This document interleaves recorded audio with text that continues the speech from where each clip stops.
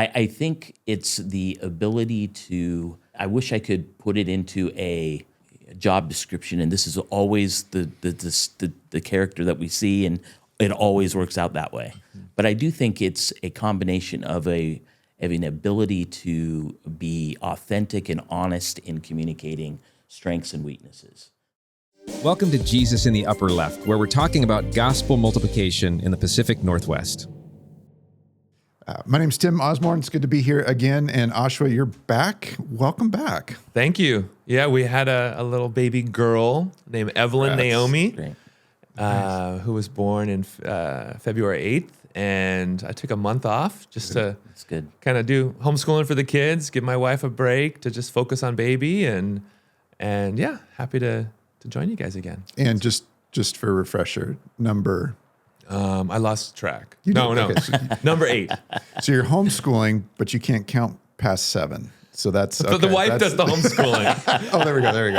So number Definitely 8. the math. Wow, fantastic. That's amazing. That's fantastic.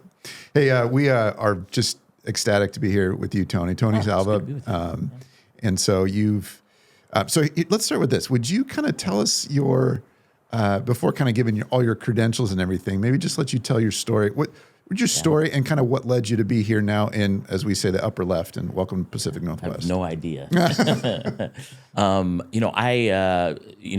origins of my faith, I didn't grow up going to church at all. And had kind of my dad was an alcoholic, and there were some kind of, struggles in life. And I had a friend who invited me to go to church with him. Spend the night at his house a couple times, hung out with his family, and noticed, well, these people are like talking to me like an adult, so something's different about these people, and that's how I kind of was introduced to who Jesus was, introduced to the church. And then I grew up in Colorado, went to a university for about a year, and couldn't shake this feeling, this idea of wanting to contribute to this idea of a church and connecting with people who've never been before. I mean, that was so formational to me, and I just was like, there's got to be some way I can be a part of this. And so transferred to a small Bible college for undergraduate degree, and kind of went into ministry, and then, as God does, just moved me around here and there, and ended up here in live in the Seattle area. And prior to that, lived in the northeast part of the United States. And I'm new to the Pacific Northwest, but not new to church planting. So some 23, 24 years of in the church planting world in the northeast part of the United States. And whether it's midlife crisis or the call of God, switched sides of the vineyard and ended up here in the Northwest. So yeah, it's the long and the short of it. Well, and you've done, yes, so long and the short, but that's two church plants that you were involved with, and then a national role as well. Yeah. So I initially moved from Southwest Missouri.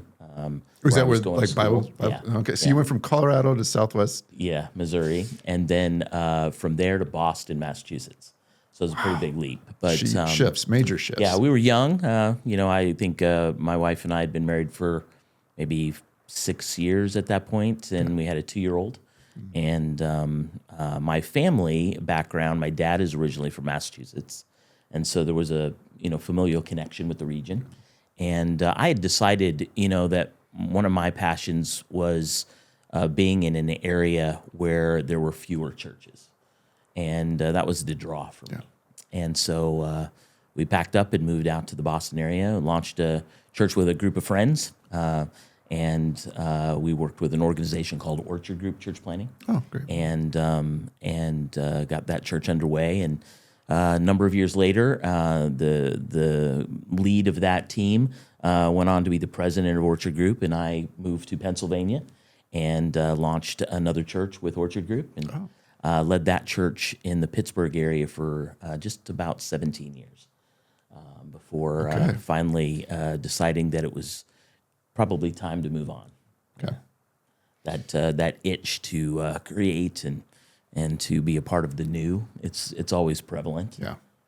So So, 17 years in one spot is Yeah. you moved way beyond church plant stage. Right. So Yeah. you've done, Yeah. So you've got a wide Yeah, a little spectrum. bit. And Yeah. And then I went to work for a national organization to oversee church playing in the Northeast, and did that for about 4.5 years, and kind of cut my teeth on just working with different tribes and working with different models of church planning, and really enjoyed that process and getting to work with a number of people. And then had the opportunity to lead an organization that's out here in the Pacific Northwest. It's a church planting organization that has been around since 1961, and it is it was kind of a mom and pop kind of a church planting deal for a number of years, and phenomenal character, phenomenal leadership that I'm kind of taking over from. George Johnson is the name of the guy that was leading the network before I got here, and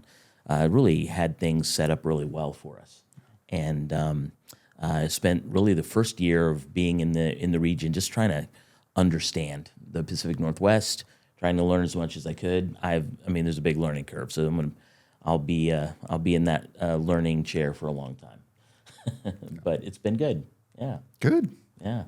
Yeah. So here's a question. All right. Right. So there is, I don't know if you'd call it a competition, but the Northwest kind of sure. like when we try to talk about how hard it is to do church planting in the Northwest and ministry, we refer to ourselves as the least churched part of the country. But then when you run the numbers, and I've never spent time in the East Coast, but they apparently also, I don't know if they boast about it, but there's the stats show that, hey, there's actually a whole section in the Northeast that's very unreached, perhaps even more unreached than the Northwest. So I don't know who's winning / losing, if you call it that, right now. Yeah. But having been in both of those sections, talk a little bit about what makes them unreached and how is it different? Like, how is that unreached or unchurched person in the Northeast different than the unchurched person here in the Northwest? Yeah, and it's fascinating, really, because there's some similarities in the numbers. The percentages are high in the none category, but the reason they are none is very different. It feels to me in the Northeast such a Catholic influence in the region. So many people that have a familial connection with Catholicism. It's a family deal. You say you're Catholic whether you've gone to anything or not. And I would say that would be a majority of the population that's unchurched has some family connection to the Catholic Church and have chosen not to be a part of things. And and you guys can correct me if I'm wrong. You've been working here and living here a lot longer than me, but it feels like in the Pacific Northwest that Northeast is more post-Christian. Northwest feels pre-Christian in a number of ways. So almost like never was, don't really care. Not really sure it ever was something that we thought about, that kind of a thing. And so maybe there's something there, maybe not. I don't know if I could say which feels harder to me. Church planting is hard everywhere, right? And people have their reasons for not wanting to connect with a church or Christianity. And some aren't thinking about it at all, but it's difficult everywhere you are. I might say I find it maybe refreshing to talk with people who have no baggage from the Christian world, or bring with them what a number of people working in the Northeast. I would run into people who had just such church hurt from the Catholic Church, and so maybe a little refreshing to me to have different conversations, and that might just be my perspective and liking the idea of being able to look at things differently. So maybe so. That's helpful. Like post-Christian versus pre-Christian. I think that's Yeah, somebody mentioned that to me when I first got to the area, that's the way they viewed it, and I'd never thought of it that way. And then as I started visiting with people, the more I realized there's a lot more humanist thought, a lot more. Just religion's not something that's discussed or practiced in a lot of people's lives. Well, and yeah, I've never lived in the Northeast either, so I don't have an experiential to contrast it with. But that was my experience coming. And I've only ever lived on the West Coast, so from LA to Portland, and it was what was stronger in the Pacific Northwest versus Southwest is the complete irrelevance. Like, just, oh, that's good for you, and don't care, don't think about it. Whereas I would imagine, and again, not having experience, but imagine the Northeast, there's more of a strong, like, I've formed an opinion, or from my parents, I've been given this, and so this is my resistance, or... Yeah. And it's also felt in a little of the personality. You have the brashness of the Northeast, where exactly that they have an opinion because they tell you often. Yes. In the Northwest, there's a more subtlety to it. Yeah. Maybe a little more politeness to it. Maybe strong, very much the same strong opinions, but maybe not as brash. That's been my experience so far. Yeah. In the Northeast, if they're coming back to faith, do they go to the Catholic Church because they already have a built-in resistance to Protestantism? Or is there like more of an openness to, okay, yes, I didn't like the Catholic Church, but maybe there's a different vision of following Jesus? That's a complicated question.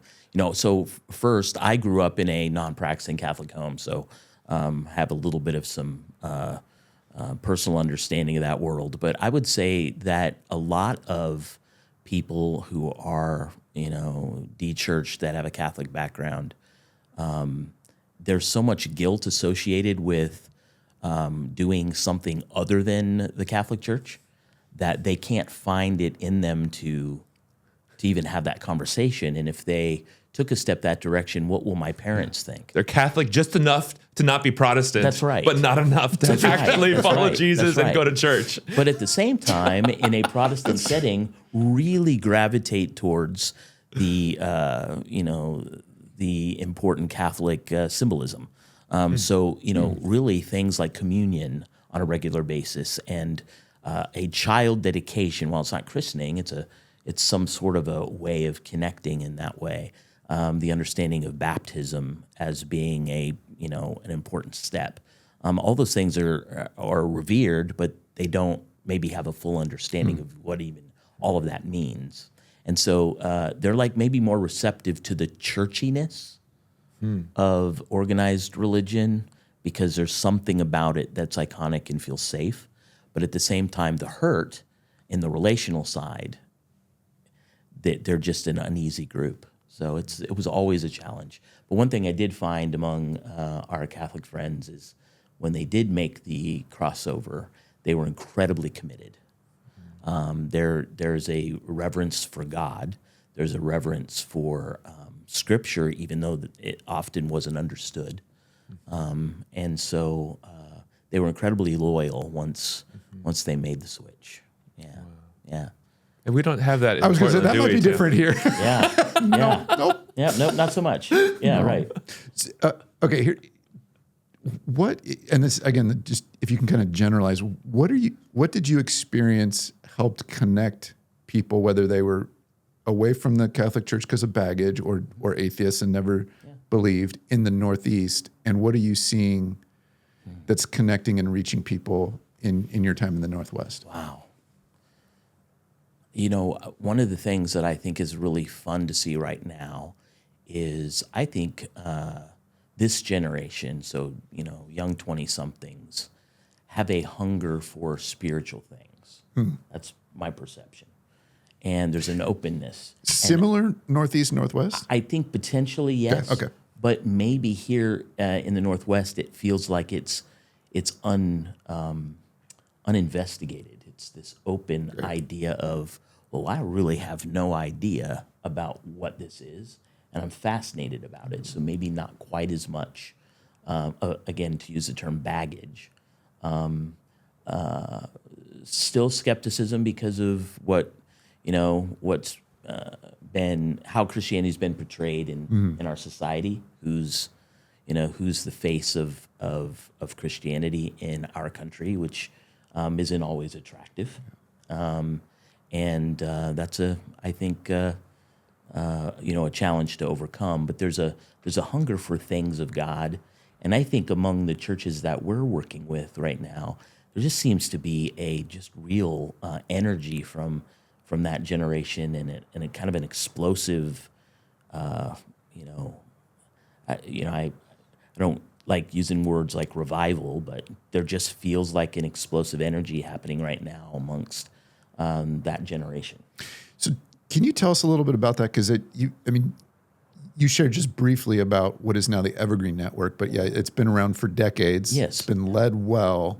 Big, significant transition of leadership as you come in, and now you've kind of rebranded it. Yeah. But the churches that you're getting to help plant and oversee and coach, can you just tell us more about that? Because it seems like there's some really, really encouraging things going on. There's some great things going on. I wish I could say that I had anything to do with it. I think so much of what God does is just you see it and you just try to find a way to get involved. Yeah, that's great. And so, outside of the hand of God, I do think leadership in churches is imperative. And when you can find a leader that is, gifted yet still really humble, recognizing they don't have all the answers, they don't necessarily know what they're doing either. That's a good place, Good mix. right? And so we have a couple leaders that I wish I could say I found them because I investigated and picked just the right people for the right scenarios, but it felt more like the alignment of timing and getting to know them, and just it worked out. And so we had a couple of, when I first got to the area, a couple of relationships with some different planners that are just, I really call them friends. They're just amazing people, and I enjoy them a lot. But I think their ability to be genuine, their ability to just be themselves, and be good examples of what it means to follow Jesus, are all really key pieces to the success that I see with some of the works that are happening, and so I don't know that I could explain it. I joke with friends all the time that I think there are the Christianity is exploding with people who, have books they've written about how the processes that are important for establishing new churches, and so much of it I think is just trying to be faithful and being in the right place at the right time with what God's doing, and maybe we're not so much the ones who should get the credit. So when's your book coming out? Yeah, I don't plan on any No, books. I'm just kidding. Yeah, I'm kidding. Yeah, That's really. for sure. I mean that, and I mean that. And I know that might even sound somewhat cliche, but I've been around a few years, and I used to have younger pastors ask how did that happen, and I mean I've been around a lot who explain a 3 or 4 step process that they believe is why the growth happened, and I don't know that I could, in honesty, say that any of it happened because of a plan. Well, and I think that's really helpful to be reminded of. And I agree. And what seems like even as you mentioned, like you don't know revival, and I think we would all say we want revival, and we're excited to see anything that might even glimpse or look or become revival. And so that's so encouraging. And it's a next generation of leaders. And in what my experience with church planting is, and I've found some great resources and books, but their shelf life is very, very short. Yeah. Obviously that's aside from theology and character, but as soon as you get into methods and those kind of things, you're like, well, I'm glad to hear your story. I don't know that applies to my context, or it did, but it was 12 years ago and not now. Yeah. What, and one thing you said specifically was like that so much hinges on leadership. And so somebody to say, I'm not, I don't know, I don't have all the answers, but I have a leadership gear, let's say. Yeah. Can you connect that to what has been, let's say in the recent past, vision in church planting has been such a kind of top tier buzzword. What does that look like for the leaders that you're working with now? So I will say, as an organization, we are not model specific, Right. And so that'll kind of shape my answer a little bit. Well, and just to be clear, when you say that, talk a little bit about that. I think that's helpful for people to hear. So, I think it's really important to, I think form follows function. And so I think it's really important for leaders to not be put into models of church planting with expectations. Rather, models should be fit around the personality, the style, the context of the planter. And so we have micro churches that we are working with here in the Portland area and in Idaho and in Seattle. And we see those leaders as being just incredibly visionary of what they're doing, but in the context that they're doing it, it fits who they are. Right. They're not needing to be someone they're not. That's good. But we also have a couple of leaders that are leading in much larger contexts, and their new churches exploded out of the gate. Again, not because they set things and so had this big vision. It just happened, and through that, they're trying to catch up a little bit and trying to connect and lead people as well as they could. But and so I think the key there is. We focus on healthy. We think it's important that the leaders be healthy, no matter their context, and not set the expectations based on, whatever we think is deemed successful. Okay. If the leader's healthy and there's real discipleship and, to use Comer's words, a call to apprenticeship, that's really happening. It really doesn't matter so much if it's a micro church or a much larger, context. Both can be healthy, and both can be really dysfunctional. Yeah. And so the healthy piece is: are these people operating out of a place of joy? Do they really want to be doing what they're doing? I know that sounds crazy, but there's so many people in ministry that aren't, right? Are they, if they're married, are they living life within some boundaries that provides health so that they're not just burning it on both ends? Are they practicing their relationship with Jesus in community with other people? And is that being replicated? Yeah. And if you see all that, that's healthy context. And if that's true, then God will do good things.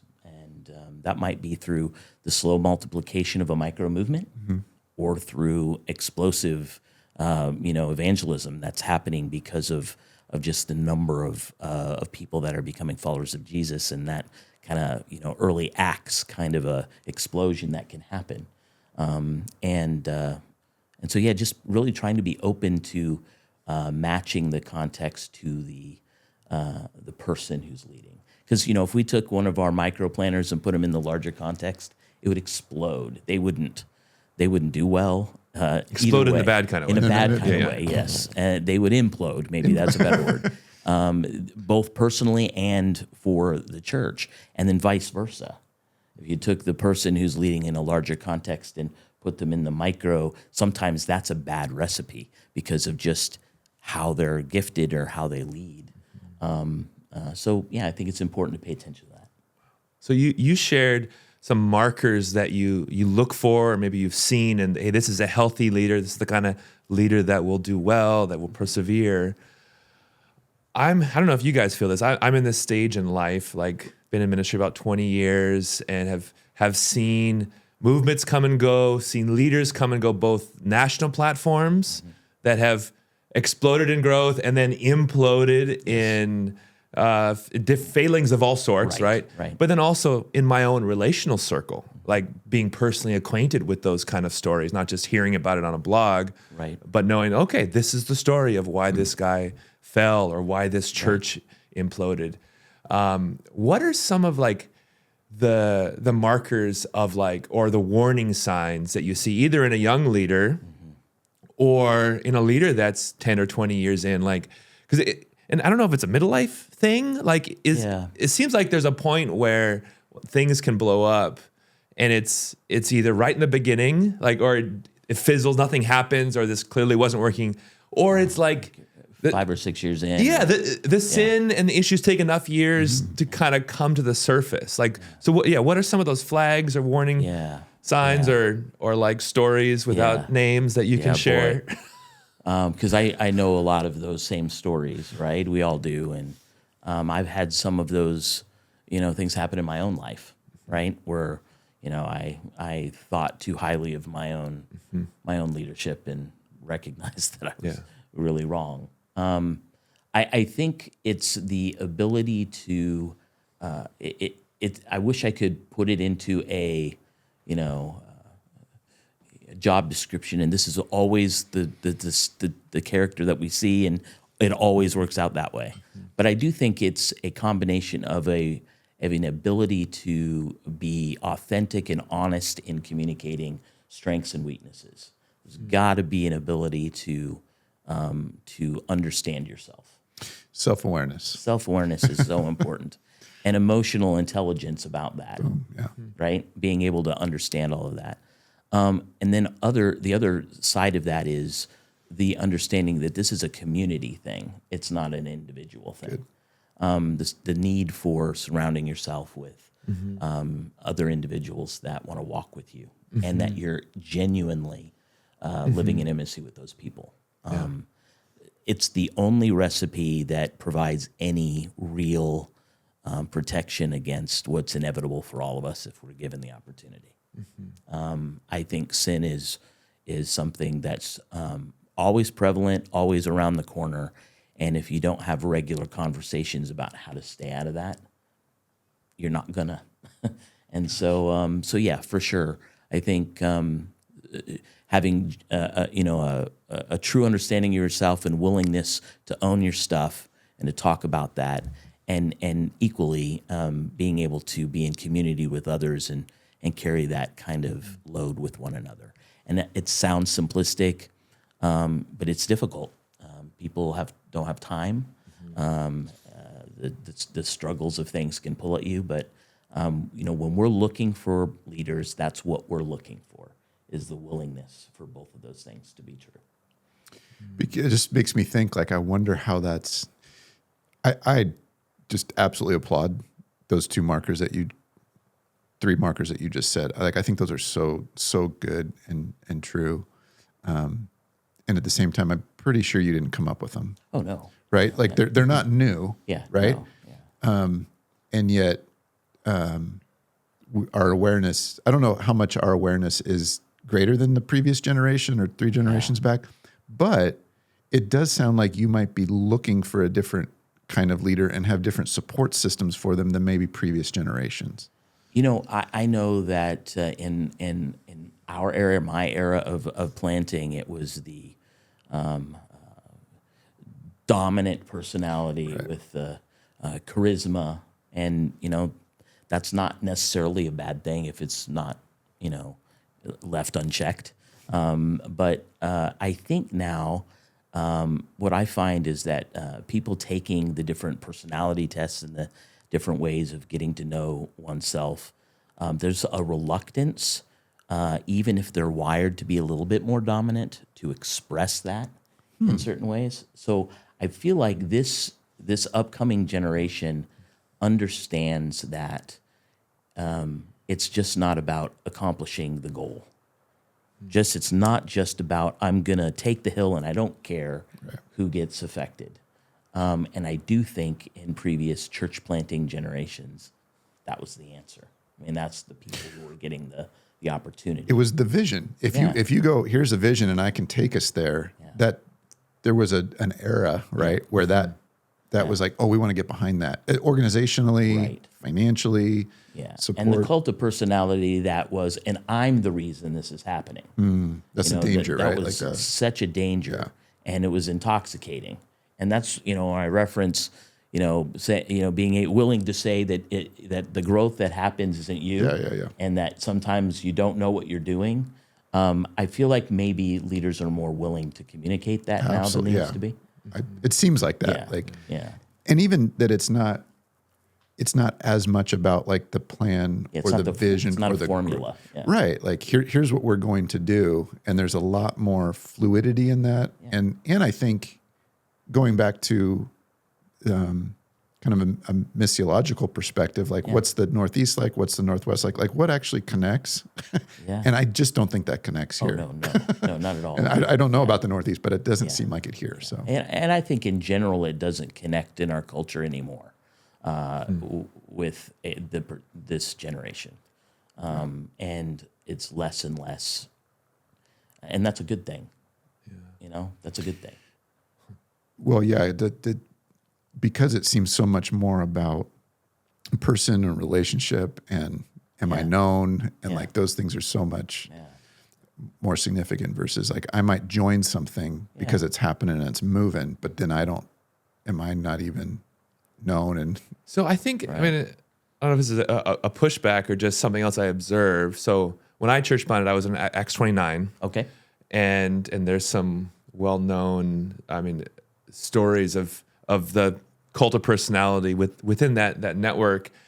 And I mean, one that particularly hits me hard is Darren Patrick's story, where it's not just, hey, you're removed because there was authority or pride issues, but then he took his life. right. And it's not public what else was going on. Sure.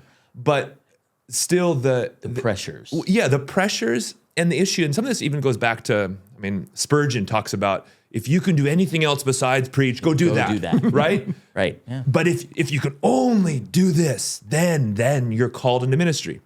And we lift up this idea of calling and identity. This is who I am. Yeah.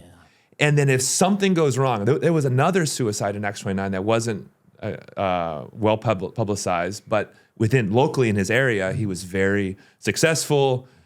And it was over, his wife was cheating on him because she was looking for attention because he was totally rejecting his family. He was focusing on his church and it was booming and successful. And then the dude takes his life because he realized my wife's sin now means I'm gonna lose my church. Yeah. And so I don't want to keep going. So he gives it, right? He gives it all. So this issue of my identity is in this, and if I have to go do something different, then I've lost my identity. Yeah, like, how do you put a rein on that and be like, actually, it'd be totally cool that you just like Got another job. Else. Yes. And you are not a failure. As long as you love your wife and you raise your kids and you die still trusting in Jesus, like this is a kingdom win. Yeah. It's okay to go be a plumber. Well, and I mean, there's so much that identity piece, but it's also the pressure that organizations like Evergreen or whoever will put on a planter to succeed, because you have a window. It has to be done by this time. If it's not done by this time, then you're out. And that's not a healthy environment for anybody, no matter your mental health and your ego. I think that kind of a pressure cooker will identify the cracks in one's life instantaneously. So part of what we've tried to do is lessen that pressure cooker by extending the runway and saying, this is really about just what God is doing in and through you in this process. And at any point, if this is not for you, that's okay. I regularly tell our planters that I care more about them than I do their projects. And we mean that. That's not just smoke. And I think there's just not been enough of that in church planting circles over the years. That feeling of being a failure if things don't turn out the way the statistics say they're supposed to, or the numbers aren't following the finances put into it, or the number of people coming to Jesus is not at the level. We're not making widgets. These are human beings, right? and there shouldn't be that kind of pressure cooker. And so I think that plays a big role in that. The identity piece, that goes.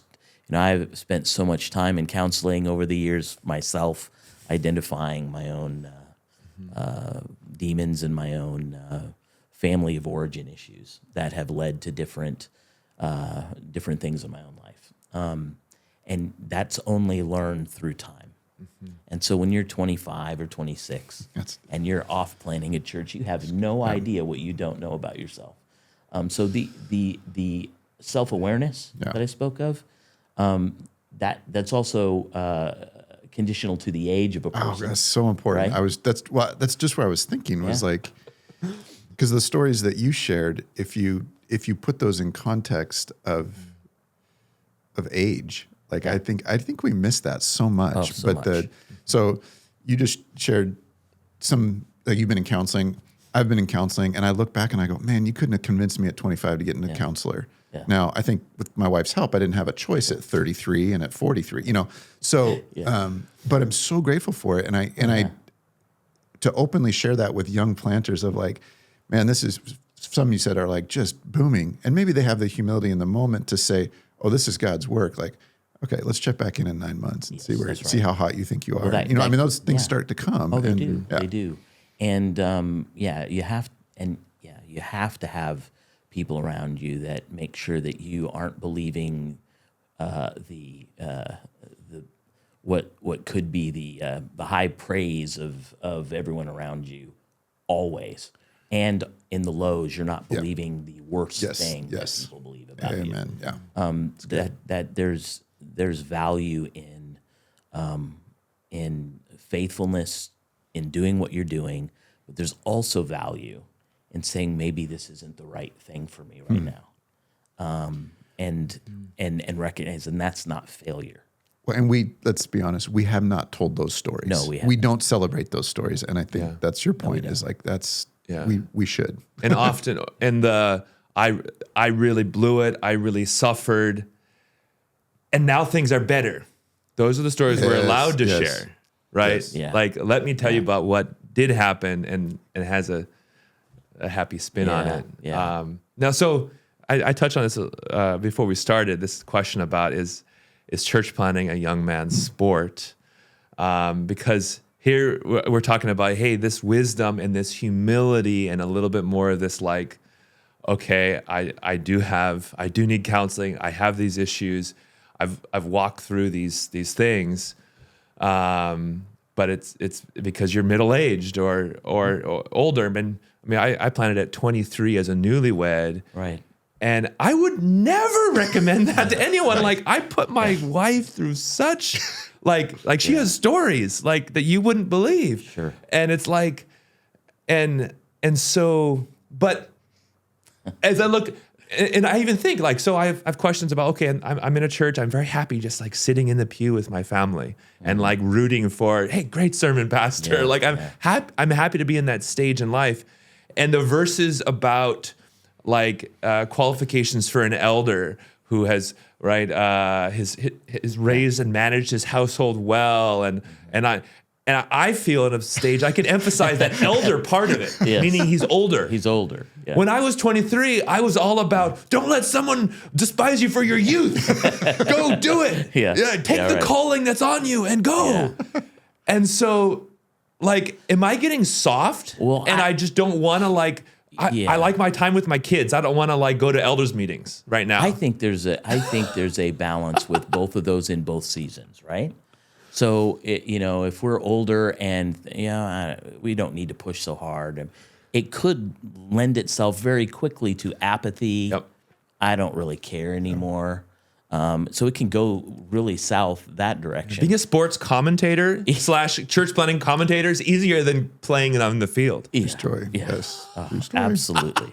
Absolutely. And so while I agree on the needing to be careful with the age, there is something to youthful exuberance and just willingness to really want to, kind of take a faith step out of the boat and that little I don't know why I'm doing this, and will be a recognition that, hey, you can't walk on water.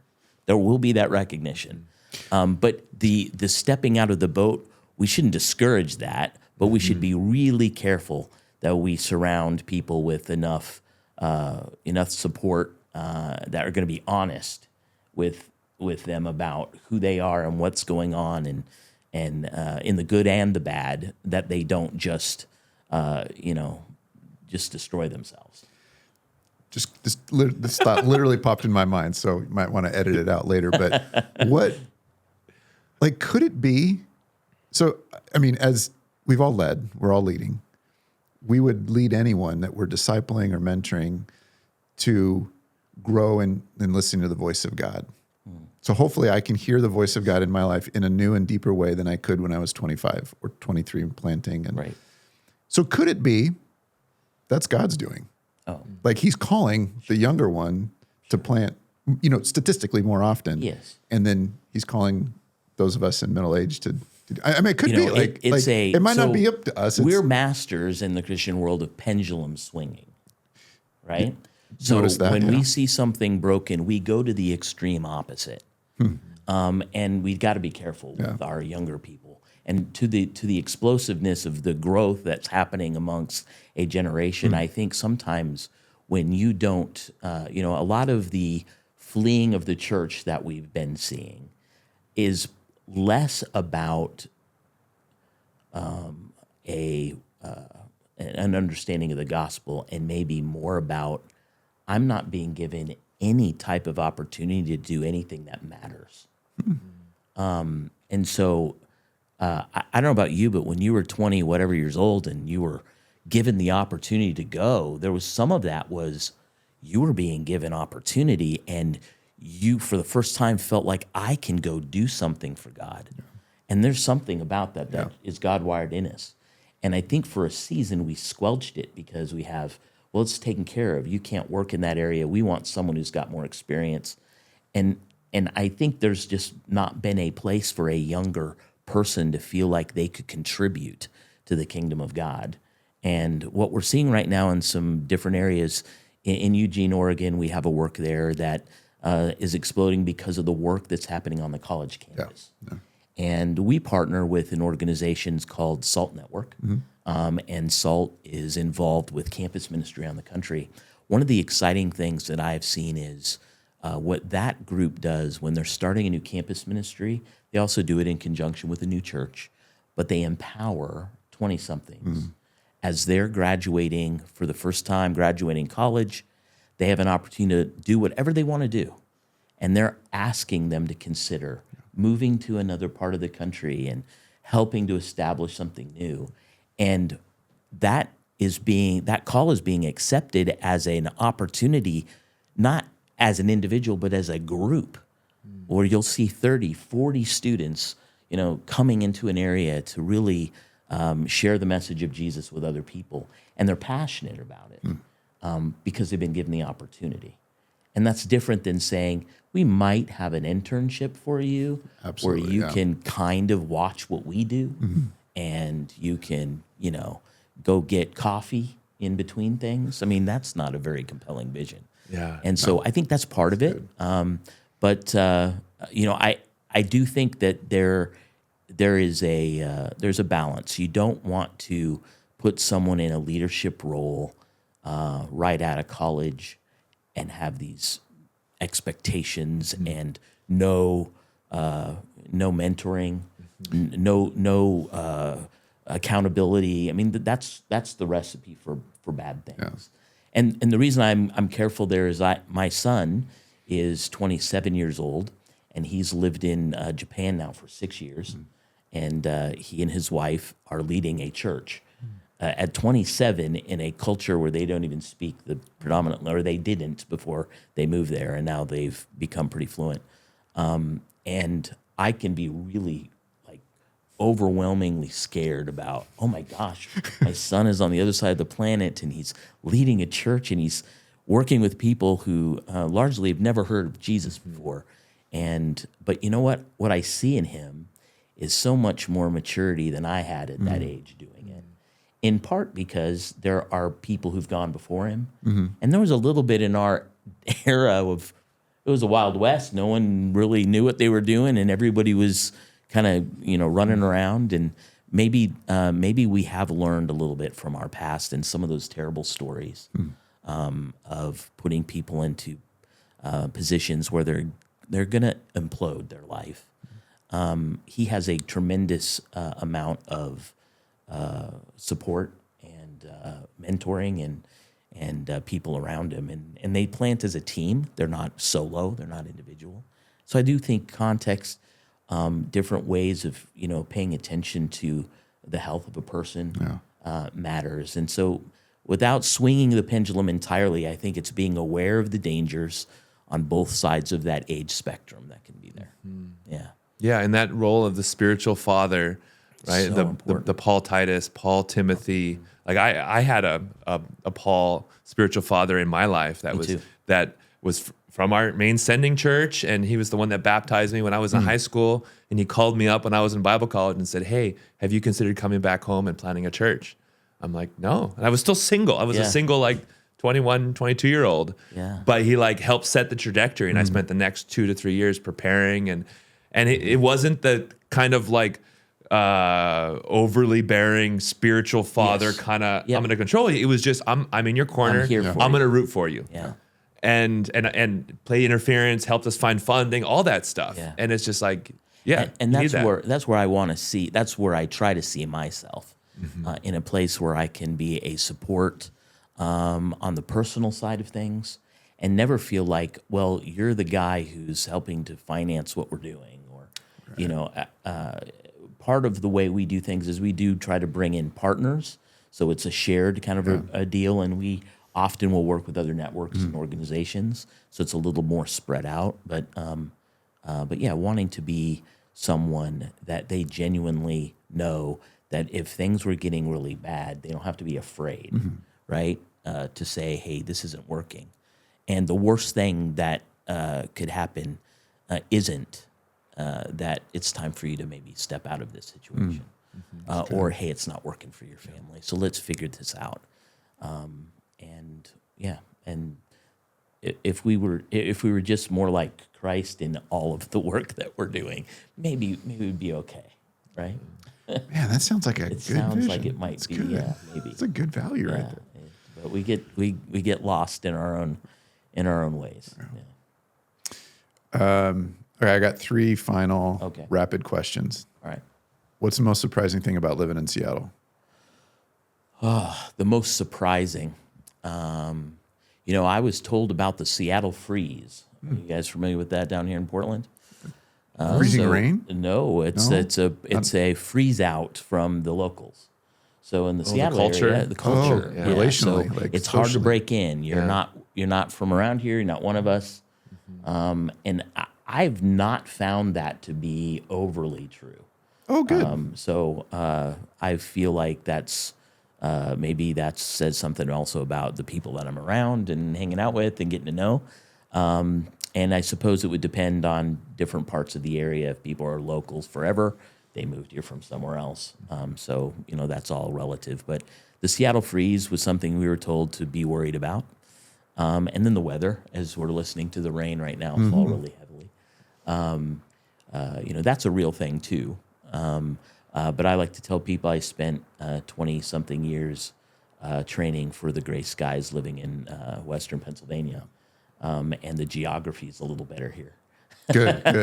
But the most surprising thing would just be how much at home we feel. Good. Oh, And just how much we love the region. Yeah, my wife and I love it. That's, planted a church, spent a lot of time in Pittsburgh. You live in Seattle now? Yeah. The Seahawks just traded DK Metcalf to the Pittsburgh Steelers. Yes. What's your reflections on that? I have lots of reflections on sports. So again, I grew up in Denver, so I'm a Broncos fan. Okay, so you I'm just don't still care. I'm still a little upset about the whole Russell Wilson thing. The Pittsburgh. Seattle likes to point that out to me. I do think it was a good time for DK to be traded. To be honest, he was at the apex of his career. Probably not going to continue to go up. You might get frozen out more now in Seattle after saying that. Yeah, that's right. Yeah, nice. But I do think it was a good time. Yeah. It's a good time to trade Great. him. Okay. Last one. How can folks learn? One of the thoughts as you were talking was like, if I was a young church planter listening to this conversation, I would be drawn to Evergreen Network and to the Pacific Northwest. So hopefully some of those are out there and that's happening right now. But how can folks find out more about what you're leading, what you're part of? Yeah. You can be found online at evergreen.network, and our social media channels are all Evergreen Network, easy to find on Instagram, things of that nature. But through our website, check out some of our churches and go visit them and see the newer work that's going on. God's doing some cool things. Yeah. We didn't get into this with the maybe a little bit of a philosophy is I do actually try to discourage people from coming to the Northwest to plant churches, because if I can discourage you from doing it, you have no business coming. Not called. And so we actually do look for planters that have attachment and connection in the region. Excellent. Either they're from the area, or their spouse is from the area, or they've spent a long time in the area. There's got to be something that helps with them understanding context. So, so if you're listening and thinking about coming, don't if you aren't from here. So I would, however, encourage folks to check out the churches that you're partnered with and supporting and helping. And if you live in one of those cities and are not a part of a church, go visit, check them out. There's some great work happening. Yeah, and we're all across the Northwest. Our region is Washington, Oregon, Idaho, Alaska, and British Columbia. Excellent. So the top left corner. Yep, upper left. Yeah. Tony, it has been so great to have you. Thanks for taking the time, and it's good to finally get you on here. So likewise. Yeah. Appreciate it. Thanks so much for joining us for this episode of Jesus in the Upper Left. We want to ask you a quick favor. Would you please subscribe so you don't miss a single episode, and share with those that are in your life that might benefit from the content. Hit the notifications button, rate and review, of course, and then head on over to upperleftshow.com, where you can find bonus content, opportunities to connect with those around the city that are doing similar work as you, resources to help you, and just a way to connect to the community. We hope to see you again next time.